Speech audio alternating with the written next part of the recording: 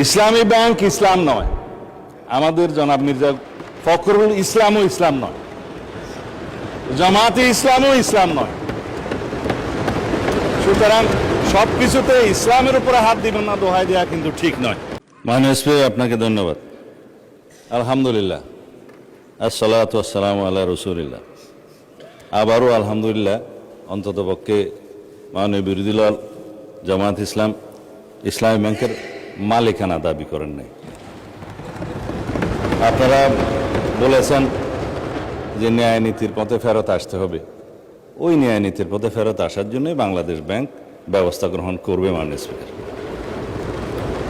আমরা মাননীয় বিরোধী দলীয় নেতার এবং জামাত ইসলামের দুঃখ বুঝবো না। মাননীয় স্পিকার, ওই আছে না, চিরসুখী জন ভ্রমে কি কখন, বুঝিতে কি পারে, কি যাতনা বিষে বুঝিবে সে কিসে, কবু আসিবে সে ধ্বংসে নিজারে। এটা ঊনবিংশ শতাব্দীর একটা বাঙালি কবি কৃষ্ণচন্দ্র মজুমদারের কবিতা। তার আরো কয়েকটা লাইন আছে, যতদিন ভবে না হবে না হবে, তোমার অবস্থা আমার সম, ঈষৎ হাসিবে শোনে না শুনিবে, বুঝে না বুঝিবে যাতনা মম। আমাদের এখানে কবি বেশি আছে মানুষ। তো এখন বটম আপ করি। মাননীয় বিরোধী দলীয় উপনেতা বলেছেন যে শেয়ারগুলো ডাকাতি করে কিনে নেওয়া হয়েছে। ইবনে সিনার 2% শেয়ার ছিল। মাননীয় স্পিকার, ব্লক মার্কেটে 3 গুণ দামে তারা শেয়ার বিক্রি করেছে। এটা তো রেকর্ড। পাবলিকলি লিস্টেড কোম্পানির শেয়ার ব্লক মার্কেটে 3 গুণ দামে বিক্রি করা হয়েছে। এছাড়া বর্তমান শেয়ার হোল্ডিং স্ট্যাটাস অনুসারে এখানে মাননীয় অর্থমন্ত্রী এখানে আছে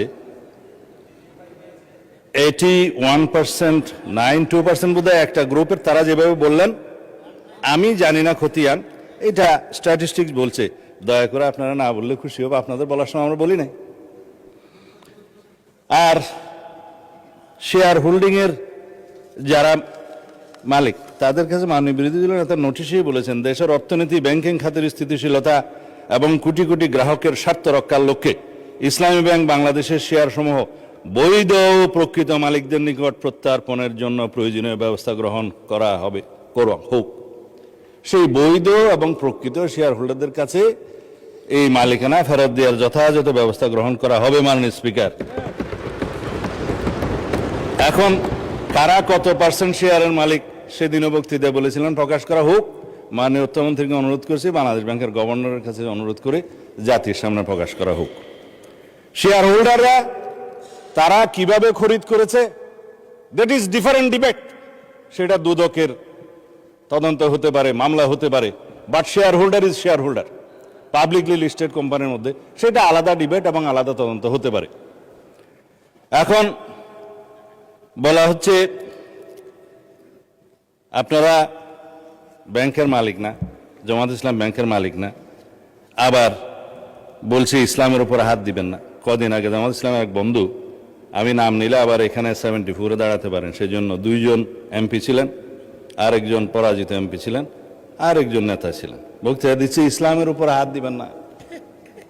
মাননীয় স্পিকার, ইসলামী ব্যাংক ইসলাম নয়, আমাদের জনাব মির্জা ফখরুল ইসলামও ইসলাম নয়, জামাতে ইসলামও ইসলাম নয়।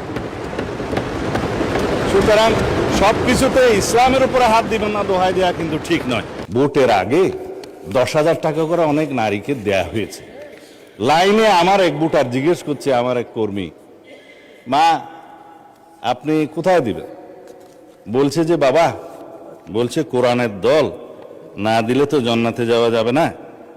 10,000 টাকাও দিয়েছে, বলেছে এটা মাফ হয়ে যাবে, আরো 10,000 টাকা পাবো।